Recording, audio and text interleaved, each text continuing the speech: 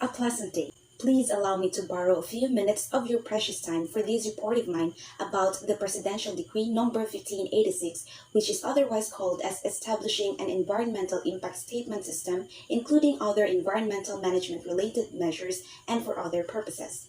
This Presidential Decree 1586 was enacted on the 11th day of June 1978 in the city of Manila. Under this decree, 12 sections were fabricated, and everything that is tackled in here are all essential, which I want to highlight as follows. Section 1. The policy itself speaks about its main objective, which is to maintain a rational and orderly balance between socio-economic growth and environmental protection. To further delineate the aforementioned objective, this decree seeks to uphold a development in terms of social and economic activities within a society, at the same time promoting relevant actions preserving the nature or our habitat, meaning both aspects have to benefit, thus nothing from the two must be put at stake. If the socioeconomic is uplifting, then it should go the same with a well-managed environment.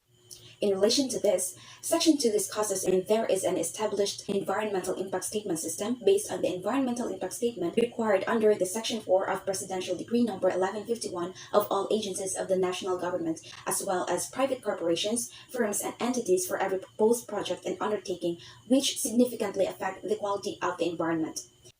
Moving on to Section 3, or the determination of lead agency. The lead agency is listed in the Section 4 of Presidential Decree Number 1151, which will have the authority to prepare the necessary environmental impact statements on projects and areas designated as environmentally critical, may be named by the Minister of Human Settlements or by his designated representative. So, the National Environmental Protection Council must receive all environmental impact statements for review and assessment.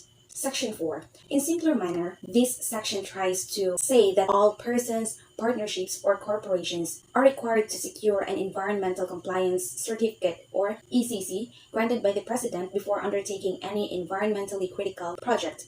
Otherwise, no one shall be allowed to proceed in operating at an environmentally critical area. On the other hand, Section 5 talks about environmentally non-critical projects. Whenever the President don't recognize or give any credit to such projects as relevant to the environment, then these are tagged as non-critical and automatically not allowed to pass an environmental statement.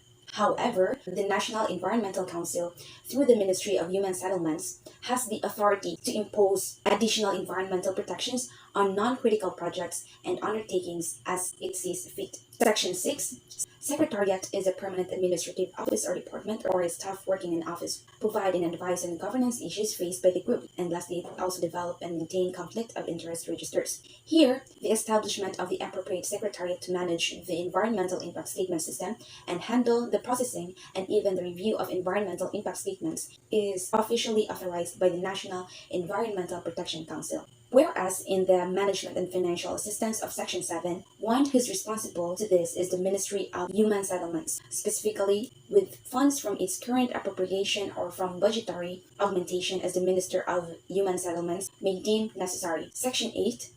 The appropriate rules and regulations to carry out this decree must be issued by the National Environmental Protection Council as one of its implementing arms and in accordance with the National Pollution Control Commission's powers and duties as outlined in Presidential Decree 984, the National Pollution Control Commission may be used for this purpose. Section 9. Any person, corporation, or partnership found to have violated Section 4 of this decree shall be punished by the suspension or cancellation of his or its certificate or a fine and amount not to exceed 50,000 pesos for each violation thereof. Section 10.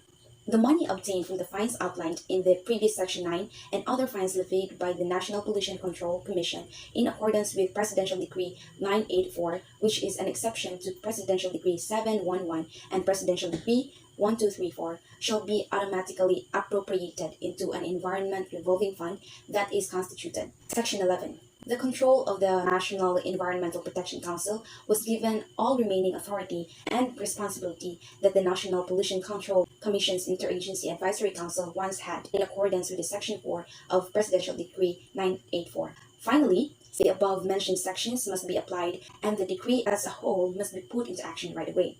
I guess I don't have to explain it further since it's already self-explanatory. And yeah, that terminates my discussion since my focus is just on the Presidential Decree 1586. Thank you for bearing with me, and again, a pleasant day to all.